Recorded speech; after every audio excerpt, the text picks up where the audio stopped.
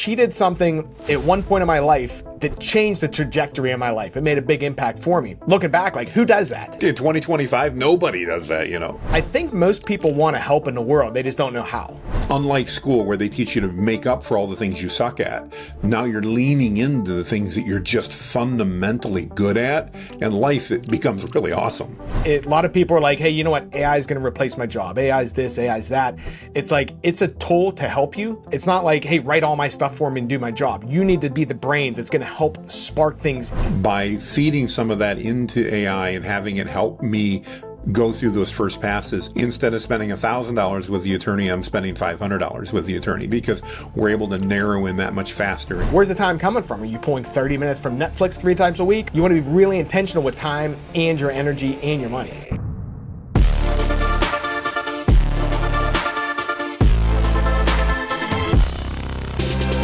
Welcome to the 91 Day AI Transformation Podcast. I'm your host, Jonathan Mast, and today I've got Bryan Driscoll with me. Bryan and I chatted a little bit a while ago about business and about life, and in particular about his book. And I'm really excited, Bryan, to have you with us today to share a little bit about that, have a discussion. Tell the audience, if you would, just a little bit about yourself before we kick things off. Sure thing. Hey, thanks for having me on, Jonathan. Hey, so a little bit about me. I'm born and raised in Pittsburgh, PA. Family guy. I got 3 kids, 13, 11, and 10, 3 sons. And I own a few businesses. I'm involved in different things. So I invest in real estate. I buy junky houses. I fix them up and I keep them as rentals. I own a digital marketing agency where we generate leads online for real estate investors nationally. And I wrote a book. It's not necessarily business related. It's more, I think a lot of people in the world want to make a difference and they think they have to do something huge to make the difference. So I came up with a framework so how people can find out, like, what small things can they do in the world to make a difference. So that's kind of the cliff notes. I love it. I love it. Well, and you and I talked the other day, well, I guess it was probably a month or so ago, about your book, The Goodness Game, and how you kind of got into that. I'd love to, if you don't mind, let's dive into that first, because I think that's the most interesting part. If I remember right, and tell me if I've got my story wrong, because of course I've got ADHD and I may have forgotten things. But did you tell me that you met somebody while you were traveling, I think it was Florida, that kind of inspired you and that the whole framework for The Goodness Game? Yeah, so here's what happened. I was 18 years old. This was back in like 1998. And like 17, 18, I ran away. I was pissed at my parents. And I went to the Greyhound station. I'm like, you know what? Give me the next bus leaving. Took maybe $200 with me, some boxers, some clothes. Next bus was going to Orlando. So I'm in Pittsburgh. That's far away. That's a ride, yeah. Yeah. And have you ever ridden a Greyhound? Oh, yeah. Unfortunately, I have had that experience, yes. Yeah, so it is an experience. So it doesn't go straight. So it took me almost 24 hours, maybe a little longer, because you're going city to city, taking transfers. So I get down towards Orlando, and I was talking with a couple on the bus. They're like, hey, where are you going? Like, I don't know. I'm going to figure it out. And this is before cell phones. This is before Uber. So this couple says, hey, why don't you come back to our place real quick? We'll call around, see if we can find you a hotel. So I'm like, okay, went to their places, pulled out the yellow pages. Remember them? Oh, yeah, like absolutely. And they had one of those yellow rotary phones on the wall. So we're calling around, found a hotel, it was a Days Inn, $25 a night. So I'm like, okay, great. So I go there. I'm like, okay, what am I going to do here now? Right. So my idea was I'm going to go get a job. I'm now living in Florida. I went to the grocery store, tried to get a job. They told me they don't pay for a couple weeks. So I'm like, man, I'm screwed. So what I did was I found a job at a job labor pool. It's like where you go work, you show up for the day, guy pulls up in a truck. He's like, I'll take you for manual labor. And I did that, but I started running out of money. So, because I'm making $25 a day at the job labor pool, the hotel cost $25. I didn't have money for food. My idea was I'm going to go sleep at the Greyhound station for the night, because I figured they're open 24 hours a day. So I started walking there, no plans. Some lady pulls up on the side of the road in a black Geo Tracker. And she's like, hey, it doesn't look like you belong here. Picked me up, took me back to her place, gave me a place to stay. And looking back on it now, like at the time, I didn't think much of it. I'm like, oh, this is really nice. Like looking back, like who does that? It's like, I got exactly. That's what I'm thinking. Just in 2025, nobody does that, Right. I don't even think people did back then. I'm like, because looking back on it now, being an adult, it's like, number one, why did she pick me out on the side of the road and say, I need to stop over and talk to this guy? And then why would she take me back to her place? Let me stay with her family. And I owe them $300 because she spotted me $300 after to get a hotel and get on my feet. I came back to Pittsburgh, started getting into trouble, drinking and all kinds of stupid stuff when you're young. And I lost her contact info. Like by the time it mattered to me, it's like, oh yeah, you know what? I want to pay her back. I don't have any way to contact her. And that instilled in me, I saw the movie Pay It Forward. I'm like, you know what? I'm going to pay it forward to other people. So that lady was a big change in my life. She doesn't even know it. And that's what inspired me to write the book. I love it. What a great story. It's amazing. Tell us a little bit about the book. Obviously, the name is The Goodness Game. You talk about paying it forward. Tell us a little bit about the book and what does that teach us? What do you encourage through the book there, Bryan? Yeah. So what I realized after this lady helped me, I'm like, I think most people want to help in the world. They just don't know how. It's like you think you have to go start a nonprofit or you have to go solve world hunger or things like that. And I noticed with her, not saying she did something small, that's like a bigger act, but she did something at one point in my life that changed the trajectory of my life. It made a big impact for me. And I started thinking, it's like, okay, I think that's the small things that make a difference. And more importantly, I think it's what are you built for?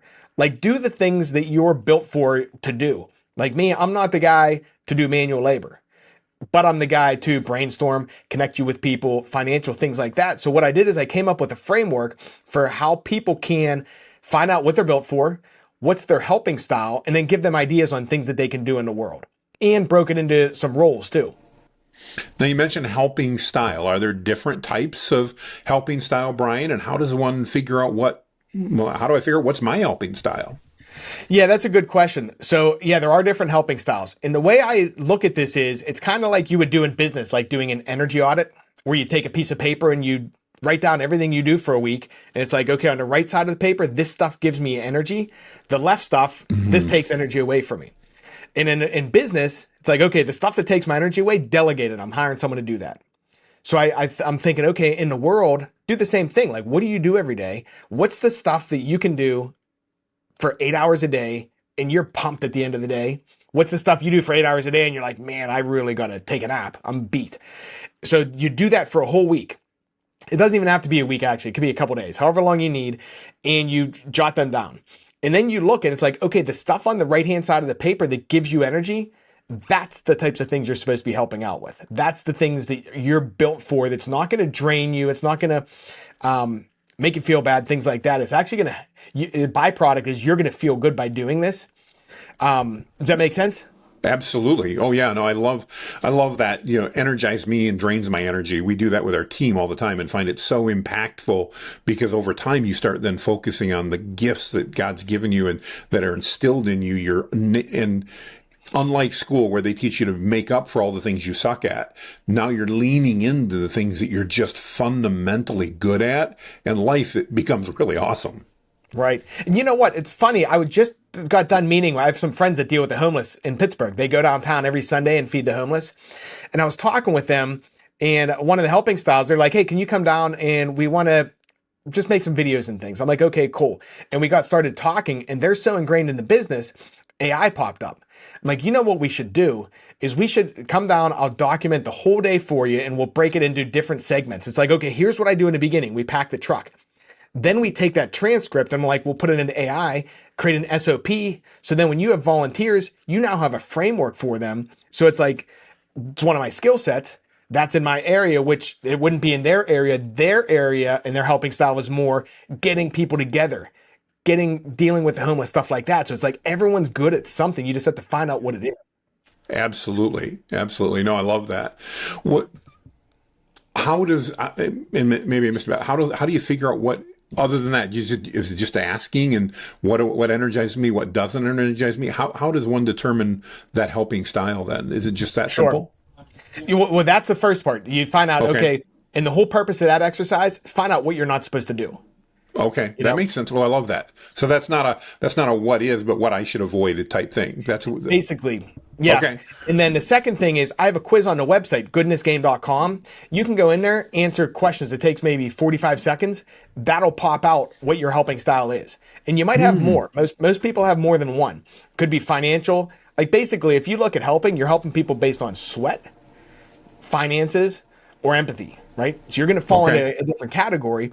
There's 5 different ones on the website, though. You go answer the questions. It's going to give you a scenario actually about feeding the homeless. It's like, here are all the things that need to happen in a day to help feed the homeless. What are you interested in doing? And based on that, it's going to give you a scenario. It's like, okay, you might be a financial and an empathetic helper or a sweat helper. You know what I mean? Gotcha. Absolutely. No, it makes perfect sense. Makes perfect sense. Talk to me a little bit about maybe some examples of how people have used your book and maybe, moved somebody, their life forward, others' life forward. Any examples of how somebody's used that goodness game framework in their lives that you can share? Sure. So I hear a lot of different people reading the book and there's different outcomes. A lot of people are like, hey, you know what? That inspired me to just go buy someone coffee or let someone in traffic, like the really small things. Traffic's an interesting one too, because it's like, if you picture yourself in traffic, the guy comes right up to the front of the line, tries cutting in, your anxiety goes up, his anxiety goes up. Just let him in. Who knows where he's going? He could be going to the hospital or whatever. It's like, just help him out, right? But a couple people told me in the book, so there's rules. So rule number 1 is give without remembering. We're basically we're going to help people, not to brag about it, things like that, right? One of the rules is not everybody's your assignment. That's when a lot of people say, they're like, you know what? That makes a lot of sense to me from reading the book, because I think I have to help everyone in the world. Like I always think I have to help even when it doesn't fit me. And it's like, for example, if somebody had a drug problem, I'm not qualified to help them. So it allows you to see too. It's like, okay, sometimes you're not the person that's supposed to be helping in that scenario.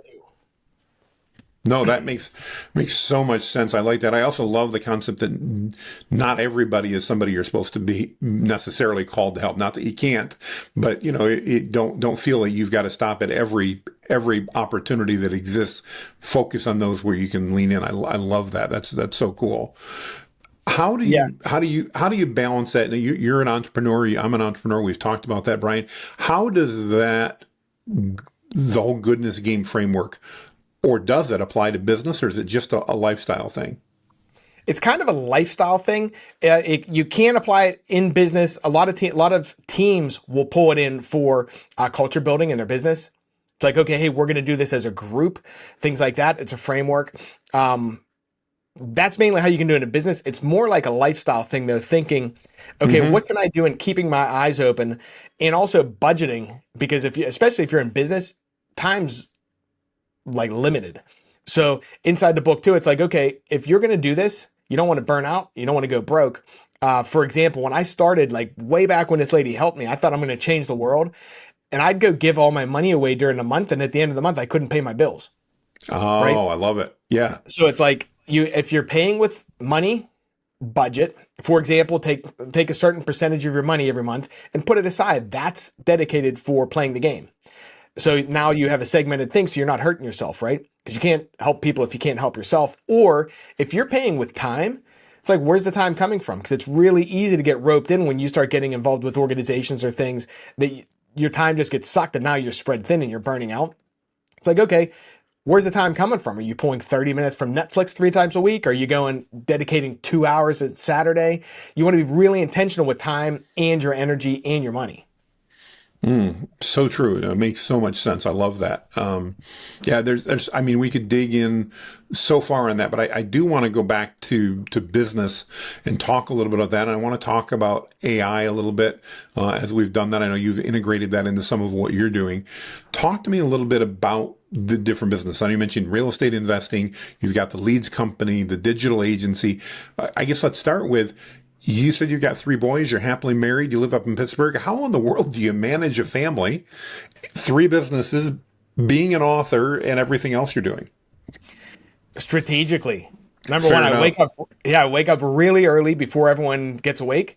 So I get a lot done from like 4 to 7 a.m. So I wake up real early because no one bothers me. And then through the day, I try to cut off at 5 o'clock to keep that balance. It's a That's basically how I do that. No, I love it. And that makes sense. Do you leverage AI at all in business or in your personal life to help you save time and be more effective at all? Tons.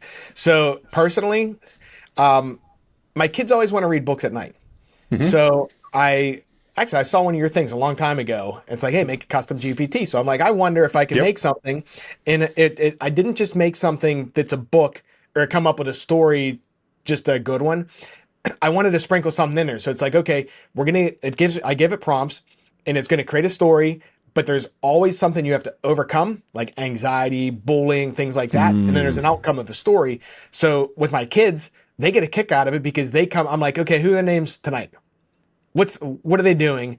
And I'm intentionally telling them a story that's teaching them something too, not just like a fun story. So I do AI there, and I use AI a ton in my business. I'm selling a property right now, and someone came with an offer last night for land. I've never sold land before. I usually only have like single family homes, Okay. and the offer came through, and I'm like, this looks a little weird. I copied it, popped it in a ChatGPT, say, ask me a few questions, act like a seasoned real estate agent that specializes in land. Look at the agreement, and it spit out a couple concerns. And I'm like, okay, write me an email back to my agent that I can send them regarding these concerns, and it catches stuff I would never catch. I love that you say that. It's, I use that so often when I'm even in areas that I do know fairly well to help me understand, especially when it comes to contracts and that. Not that I'm not working with my attorney, but I found like you have, it sounds like by feeding some of that into AI and having it help me go through those first passes, instead of spending $1,000 with the attorney, I'm spending $500 with the attorney because we're able to narrow in that much faster and get down to what we need to. And like you said, sometimes just identify things that, I hadn't seen that. Am I comfortable with that limitation or that risk or that clause in the contract that maybe I didn't think anything of as I was reading through it? So I love how you're utilizing that. That's really cool. Yeah, and an interesting thing is too, I got this from you. It's like, tell AI, ChatGPT, or whatever you're using, ask me questions. And it Isn't asks that you critical? questions. Oh, so important. Huge. And a lot of times, the answers I get from ChatGPT aren't the real benefit. It's the questions that I come up with the answer based on the questions I would have never thought about. Yeah, no, I have the same thing. And I find it to be so incredibly helpful to have it ask you those questions because, it's so many times, at least, especially as an ADHD entrepreneur, I'm not sure I know the right information to give. But when I give it that task to accomplish and say, ask me any questions you've got, it's smart enough to look at that and go, okay, based on best practices, and keep in mind, it's been trained on every book in every library around the world and a lot more. It can then come back and go, well, in order to do this, I really need these other 3 bits of information. You didn't give them to me. But if we don't say, ask me questions, it's trained to just fill in the blanks, and it generally, we know what happens when we assume we resemble the southbound end of a northbound mule, and AI does the same thing. So yeah, that's so cool. I love that. Dude, a good one that just popped on my head while we're talking. So this property I'm selling, right? It's got a house in the front and a house in the back, like the land in the front, house in the back, and a shared driveway. In the neighbor in the back's like, hey, I own this driveway. I'm like, boy, I'm selling this lot. What am I going to do here? Because we've always had like a verbal agreement. Ask ChatGPT. I'm like, here's a scenario. Here's the picture. I put it in there. It says, well, here's what I would do. I would go to this website and I would go look up all the deeds. And then I would look and see what's stated in the deed. And it gave me the website. I spent $4 and bought 4 deeds each. Went back to 1988, grabbed the deed there, copied it, put it in ChatGPT, and it read the whole thing. It says, hey, you know what? There's one line in here which says there's a right of way. And then I put all the other deeds in there, and it said every single other deed passed it along. I'm like, I would never know it. I'd have to pay an attorney like $5,000 to figure it out. Exactly. Yeah. Oh, I love that. And not only pay the $5,000, you probably would have had to wait 30 days to get the answer, and the deal would have been soured in the process. Now you found out in 5 minutes or maybe 50 minutes, depending on how long it took you to go grab that. I love that. And for, yeah, like you said, you buy four deeds for $5 a piece for $20. You've got a great answer and solved a problem probably in less time than you would have spent telling the attorney what the problem was, all things considered. Exactly. Yep. Oh, that's cool. I want to go back to the custom GPT for your kids a moment, and part of it's because I just had my granddaughter in town, and she spent a couple days with us, which was a glorious time. And like your kids, she loves to read. I love the idea of creating the custom GPT that essentially, I'm assuming it writes the story. From what I'm hearing you say, your boys come up with the kind of the basics. Here's the names of the people, and then it's creating a challenge, something that they can overcome, and incorporating a lesson into that. Tell me from your perspective and your boys' perspective, different ages, obviously, how do they take those stories? Do they enjoy that process? Is it something that, I guess I'm really curious how they're responding to that customization and that uniqueness, the ability to help craft a story with dad. They love it because they're involved. They're like, hey, you know what? We're going to pick, my one son loves penguins. Mm-hmm. So it's like, hey, you know what? We're going to make a city of penguins that has 3 boys that want to go ice skating, or just like off the wall stuff. And they come up with the idea and then they see it come to life. So it really captures them because they're involved in that too. It's not just me reading them a story that we bought. They're involved in creating it too. And then I like it because I get to sprinkle learning lessons in it as well, because how I set up the GPT. But yeah, their attention is huge. I'll send you the link on it too. You can check it out. You could probably build Yeah, it'd be something. really cool to see. No, Yeah. I love simple, creative uses like that for custom GPTs. By the way, if you're listening to the podcast and maybe you're new with this, you don't know what a custom GPT is. It's literally just a trained version of an AI model like custom GPT that you've essentially made a specialist. You've given it specific skills like Brian's talked about, where it's going to then write a story and bring in certain aspects that they're immensely, immensely powerful. And I just love that. That's a one I'd not thought of. I love that idea of being able to do that. Reminds me, I had done one with my 17-year-old son. We were driving and we had about a 6-hour journey ahead of us. And we actually used a GPT to craft kind of an ongoing story that it would write almost like a guided story, so to speak, where we started with a character and it would then write the next section of the story and then ask us a question as to how to proceed. We'd be able to then say, okay, we want the character, the protagonist to do this, and it would do that. And what was neat about it is, we got about an hour into the drive. We're having a great time. We're talking to it while we're driving. And my son, who's of course 17, is like, Dad, can I try something unique? I'm like, yeah, what do you want to do? And he's like, I want to like totally change the narrative. I want to throw it like this massive curveball and see what happens. And he did. And it was so cool to listen as it wrote the story and made that pivot and worked it all in. We spent the next 3 hours trying to basically befuddle the GPT to get it so that it couldn't write a story. And it was, no, I'm not saying this was a, New York Times bestseller when we're done, but dad and son had an amazing 6 hours together, laughing and joking and just, creating memories that, is such a cool thing to do that I think a lot of people don't think about when they think about AI. So I love that share and how that works. And it's introducing them to AI. Yeah, which, you and I talked a little bit about this, but, it's one of the things I find those of us that are over 35 or 40 seem to be embracing AI more than those under 30 in particular. And I think it's great to get our kids using it because I don't think AI is going away anytime. And I think it's imperative they learn how to use it in a non-threatening way, but also one that doesn't look like cheating on my homework. So I love some of these ways that you're pulling that in. Talk to me for a moment, Brian, as we kind of bring the plane in for a landing here. How would you recommend, if you're talking to a business owner, an entrepreneur, or even just a parent about AI, how would you recommend, and maybe they've been kind of skeptical, they don't want to do it, how would you recommend they focus over the next couple of months to start integrating AI in their life and in their business? So I would say a couple things. First, I would say don't rely on AI for the answers. So it's a tool. A lot of people are like, hey, you know what? AI is going to replace my job. AI is this, AI is that.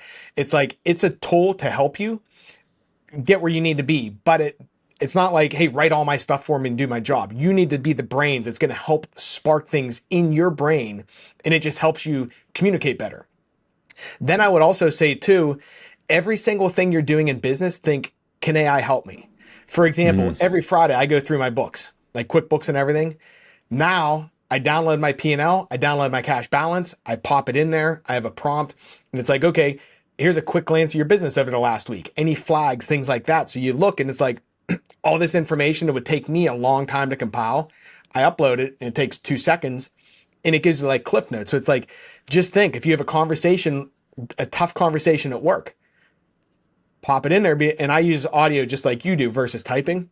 Like, hey, I have to have this tough conversation with someone in my job and here's the situation. Can you ask me questions? The outcome I'm looking for is this. It'll ask you questions and you can wrap your head around what your plan is. So I would just go and put things into ChatGPT or whichever Gemini, whatever you got, and start using it and see what happens.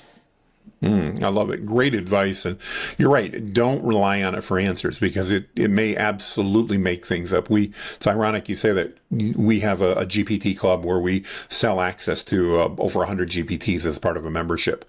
And one of the questions we had is, wow, you've got over 100 of them. I don't know which ones to use. Could you guys create a GPT that would look at all of them and give us advice? And we could do that. Well, we did it and it was working great. And yesterday we actually got an email on our customer support team from somebody that says, hey, it recommended these 3 GPTs. I can't find them anywhere. And it literally had links and everything. It is programmed to only look at the database of stuff that we have. And it literally, out of thin air, created 3 GPTs that we've never created, that gave links to them that don't work, of course, gave descriptions of them that would have made sense. And it's like, wow, talk about total hallucination. So yeah, don't rely on it for answers. It's a great tool, but it's not a replacement. Absolutely. 100%. Even for things that are like travel. It's like, hey, ask me questions. I'm trying to accomplish this kind of trip. Ask me questions, and it helps with that. It's like, okay, gives you destinations, all kinds of stuff. It's really amazing. Well, Bryan, if people are interested in connecting with you, either from a business perspective or learning more about the book, what's the best way for them to get in touch with you and to connect? Sure thing. So to learn about the book is goodnessgame.com.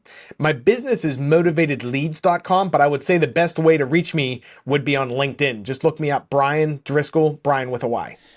Awesome. Well, Bryan, thank you for your time today. I greatly appreciate it. I love your book, and I want to just thank you for following that lead to write it and to be pursuing that and to be encouraging people to lean into things, pay it forward, follow that goodness in their heart, and leave others better than they found them. I love it so much. So thank you thanks very much for that. Appreciate That's it. Awesome. And I want to thank everybody that's listened in today on the podcast. We, of course, really appreciate you, validate you, and thank you for the fact that you've come and spent time with us today, whether it's on video or in audio. We'd love your feedback. If you like these, give us a thumbs up. If not, we'd love to hear your feedback. And of course, we'd love it if you'd subscribe so you never miss an issue, or I should say an episode. With that, make it a great day, everybody, and we will talk to you on the other side. Thanks, everybody. Bye-bye.